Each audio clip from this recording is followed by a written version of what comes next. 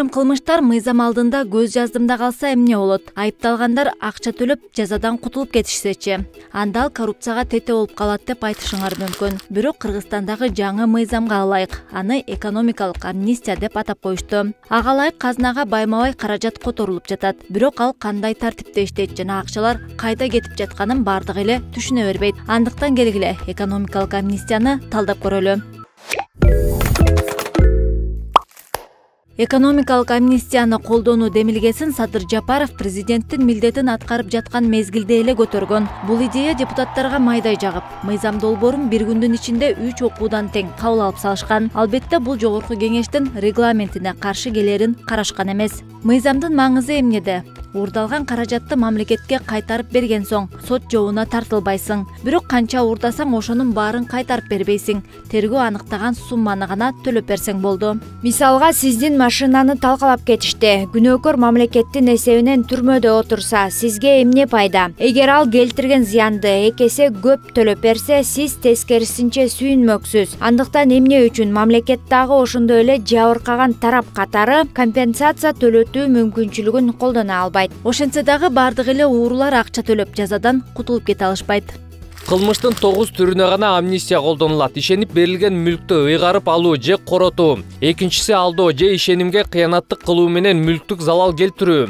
Үчүнчүсү мыйзамсыз ишкердик же банктык иш. Төртүнчү жалган ишкердик. Бешинчи монополисттик аракеттер жана атаандаштыкты чектөө. Андан кийин товарларды, жумуштарды же кызмат көрсөтүүлөрдү жекелештирүү каражаттарын мыйзамсыз пайдалануу. Жетинчи коммерциялык банктык сырларды, салык төлөөчүлөрдүн сырларын ачуу. 8-чи баалуу кагаздар рыногунда инсайдерлик соода жүргүзүү. Акыркысы экономикалык контрабанда. Садыр Жапаров экономикалык амнистияны жарыя кылар замат тиешелүү мыйзам кабыл алына электе эле уурдалган акчаларды өз ыктыяры менен кайтара тургандар үчүн өкмөт атайын эсеп ачкан. Алгачкылардан болуп, ал эсепке аты аталбаган 4 киши акча которушкан. Алардын катарын Кыргызстандын бажысынын төрагасынын мурунку орун басары Райымбек Матраимов толуктаган. Тергөө менен тил табышып өлкөгө 2 миллиард сом чегерерин убадалап, соттон түрмөгө эмес, түптүз эле үйүнө жөнөгөн. Акыры каражаттын бир бөлүгүн калганын мүлк менен кутулуп жатканы маалым болгон. Натыйжада Матраимов 1 миллиард 400 миллион сомду накталай берип, 600 миллион сомду бир соода борбору жана 9 батир менен жапканы белгилүү. Бирок бул жагдай экономикалык амнистия жөнүндө мыйзамга кошулбайт. Анткени Райымбек Матраимовго коррупция беренеси боюнча кине коюлуп жаткандыктан анын иши жабыла элек. Экономикалык амнистия менен Матраимовду байланыштырган бул бир гана бажычы айыбын төлөп жаткан банктык эсеп. Ал эми башка учурларда кустурулган каражаттын көлөмү азыраак болуп жатты.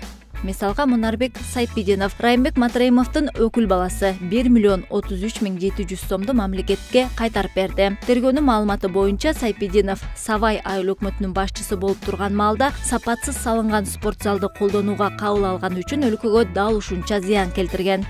Дагы эки бажычы Нурлан Раджабалиев жана Абдыбахап Боронбаев, бири түштүк батыш, башкасы түндүк чыгыштагы бажыканаларды башкарушчу. Белгилүү болгондой, экөө өлкөгө киргизилип жаткан товардын баасын төмөндөтүп, акча алып турушкан. Пара жогору болгон сайын бажы төлөмдөрү ошончо аз болгон. Атка минерлер колго түшүрүлгөндө алар мамлекетке акчаны төлөп берүүгө макул болушкан. Бири 6 миллион сом, экинчиси 8 миллион. Ош мэриясына караштуу спорт комитеттин башчысы Кылычбек Саркарбаев 1 миллион сомун мамлекеттин эсебине которду. Кызыгы ал дагы амал көйлөнүп, бюджеттен акча чууруй берген. Тагыраагы жалган жыйымдарды уюштуруп, спортсмендерди облустан сырткары жөнөтүмүш болуп, документти командировкаларына чейин көрсөтүп, иш жүзүндө эч нерсе уюштурган эмес. Ошентип акчаны өз капчыгына толтура берген. Транспорт жана жол министрлиги бул тармакта кылтакка илингендер арбын. Бирок тергөө менен кызматташууга азырынча бирөө гана макул болгон. Министрликтин статс катчысы Эрмек Мамыркалиев өлкөгө 2,5 миллион сом кайтарып берди. Бирок ал келтирилген зыяндын бир гана бөлүгү экени маалым. Өз кезегинде транспорт министрлигинин атка минерлери автожолдор боюнча мамлекеттик дирекциянын кызматкерлерин өз пайдасына калкалап, Бишкек-Ош трассасындагы көзөмөл өткөрүүчү бекетинде автоунаалардын санын каалагандай өзгөртүп турушкан. Улукбек Өмүрзаков, Ош облусунун прокуратурасынын башкы прокурору, мамлекетке 20 миллион сом төлөп берди. Тергөө менен тил табышып, темир торго түшкөн жок. Ошол эле маалда өлкөдөн чыкпай турууга милдеттендирилди. Ал көмүркен жерин рейдерлик жол менен тартып алууга айыпталып жатат.